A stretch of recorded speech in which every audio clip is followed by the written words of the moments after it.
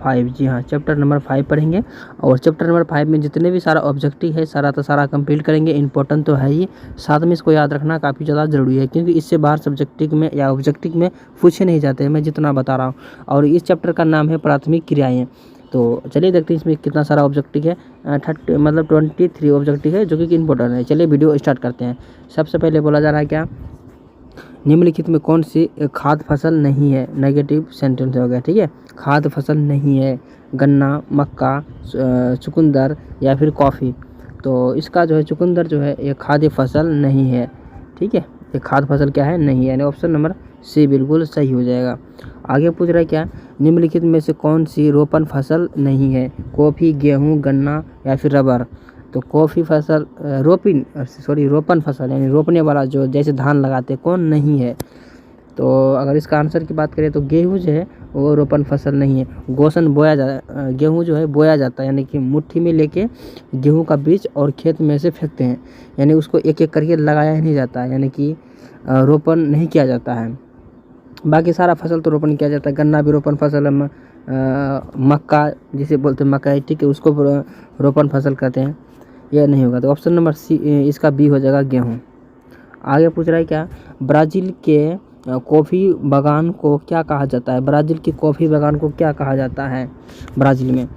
तो इसका option number क्या हो जाएगा, ए हो जाएगा। ए में क्या है, फेजेंड्रा, ठीक है। ऑप्शन नंबर ए हो जाएगा, फेजेंड्रा कहा जाता है। एक करेक्ट हो जाएगा, ये सब नहीं होगा। आगे पूछ रहा है क्या, निम्नलिखित में कौन सी आकृति आधारित उत्पादन है। चीनी, नमक, कॉफ़ी या फिर चाय। तो ये जो हो जाएगा नमक हो जाएगा। क्या हो जाएगा, नमक। ऑप्शन नंबर बिल्कुल सही हो जाएगा, बी नंबर, ठीक है। ये कृषि से आधारित नहीं है, ये कहाँ से आता है, समुद्र से आता है। बाकी सारा था। शुष्क कृषि में निम्न से कौन सी फसल नहीं बोई जाती है। रागी, ज्वार या मूंगफली या फिर गन्ना बोई नहीं जाती है, ठीक है। तो गन्ना जो है बोई नहीं जाता है, ये रोपण फसल है। अभी भी आप हम लोगों ने देखा कि वो गन्ना एक रोपण फसल है। तो ये बोई नहीं जाती है, नेगेटिव सेंटेंस है क्या, तो क्या बोई जाती है, तो गन्ना हो जाएगा, मतलब रोपण किया जाता है, सॉरी। आगे पूछ रहा है क्या, सरकारी कृषि आधारित रही है, मतलब सरकारी कृषि अधिक फसल रही है सरकारी फसल रूस में या फिर डेनमार्क में या नीदरलैंड में या फिर भारत में। तो ये जो है ना डेनमार्क में सरकारी फसल हो ज़्यादातर है। ऑप्शन नंबर बी हो जाएगा इसका आंसर। आगे पूछ रहा है क्या, निम्न में से कौन सी रोपण फसल नहीं है। रबर, चाय, गन्ना, चावल। तो ये जो हो जाएगा ना क्या हो जाएगा, चावल हो जाएगा। ऑप्शन नंबर बिल्कुल सही हो जाएगा, रोपण फसल नहीं है। रोपण फसल नहीं है चावल, ये तो रोपण फसल है ना गन्ना। मैंने गलत शायद टाइपिंग में मिस्टेक किया है। निम्न में से कौन सी रोपण फसल नहीं है। रोपण फसल नहीं है यानी उसको बोया जाता है तब रोपण फसल नहीं है। इसमें ना थोड़ा सा मिस्टेक है, मुझे लगता है कि ये इसमें नहीं होगा, ठीक है। रोपण फसल है होगा, तो रोपण फसल चावल हो जाएगा। एक गन्ना भी है। इसका मुझे आंसर कुछ समझ में नहीं आ रहा है, ठीक है। आप लोग कमेंट करके ज़रूर बताना। आगे पूछ रहा है क्या, रबर का सबसे बड़ा निर्यात देश कौन सा है। रूस, अमेरिका, जापान या फिर मलेशिया। तो ये जो हो जाएगा ना मलेशिया हो जाएगा। कहाँ हो जाएगा, मलेशिया हो जाएगा। आगे पूछ रहा है क्या, किस फसल की खेती में बुआई के समय कम तापमान चाहिए, यानी कि लगाने का समय में कम तापमान चाहिए, ठीक है। धान, गेहूँ, जूट, कपास, ये सब तो है। लेकिन गेहूँ को ठंडी का दिन में अक्सर देखे होंगे कि ठंडी का मौसम में, मतलब ठंडी का मौसम ऐसे समझ सकते हैं, मतलब ख़त्म होने वाला होता है, तो इसको गेहूँ को लगाया जाता है, ठीक है। यानी कि उस समय तापमान कम रहता है, यानी कि ऑप्शन नंबर इसका बी हो जाएगा। ऑब्वियसली आप लोग अगर गांव से तो जानते ही हैं, ज़्यादा इसमें समझाने की कोई ज़रूरत है ही नहीं। चाय का सबसे बड़ा उत्पादन देश कौन सा है। श्रीलंका, चीन, भारत या फिर म्यांमार। तो ये जो हो जाएगा ना, चीन सबसे बड़ा चाय उत्पादन का है, ठीक है। ऑप्शन नंबर बी हो जाएगा इसका आंसर। आगे पूछ रहा है क्या, किस फसल की खेती पहाड़ी ढालों पर ही की जाती है। जूट, चाय, गन्ना, कपास।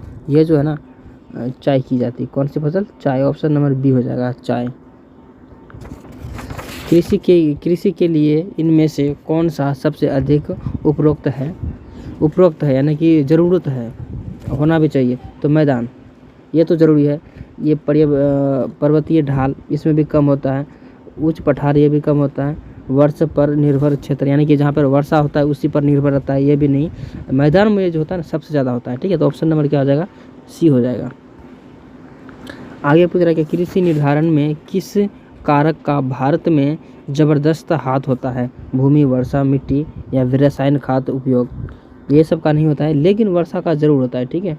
भूमि तो है ही, वर्षा हो जाएगा इसका आंसर, ठीक है।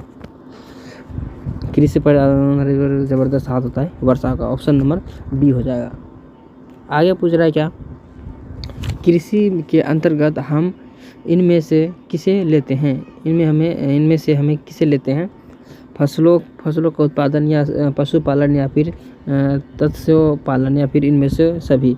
तो ये जो होता है ना सभी होता है, और इनमें से सभी को पाला जाता है कृषि में, ठीक है। ऑप्शन नंबर डी हो जाएगा।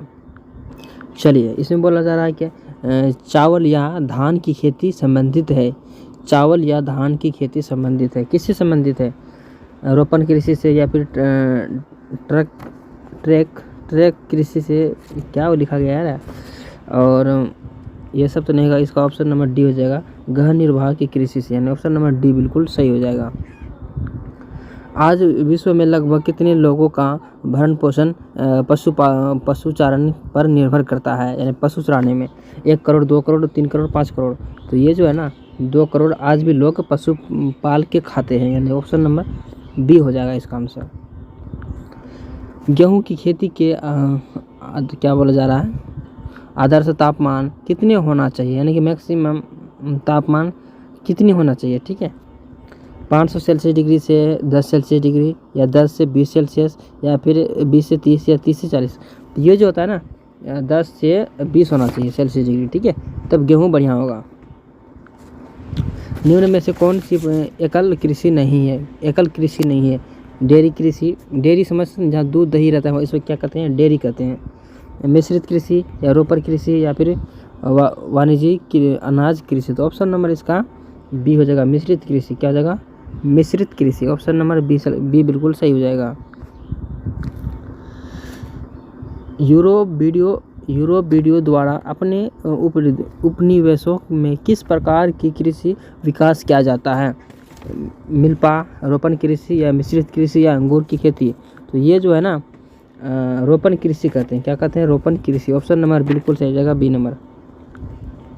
आगे पूछ रहा है क्या, निम्नलिखित में कौन सा भू उपयोग समवर्ग नहीं है, ठीक है, समवर्ग नहीं है।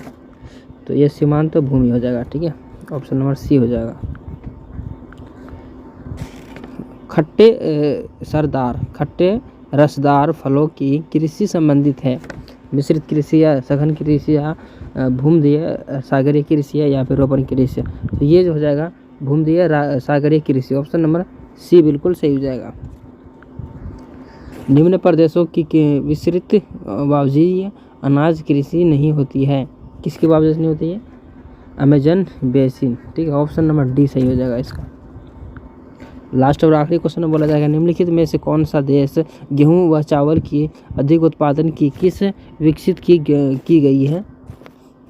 ये हो जाएगा, क्या हो जाएगा, मेक्सिको तथा क्या बोला जा रहा है, फिलीपींस, ठीक है, ऑप्शन नंबर इसका बी हो जाएगा। तो आज का वीडियो कैसा लगा कमेंट करके ज़रूर बताना, ठीक है। चलो मिलते हैं नेक्स्ट वीडियो में, तब तक के लिए इसका PDF चाहे तो लिंक डिस्क्रिप्शन में है, वहाँ से PDF ले सकते हैं। चलिए मिलते हैं नेक्स्ट वीडियो में, तब तक के लिए बाय।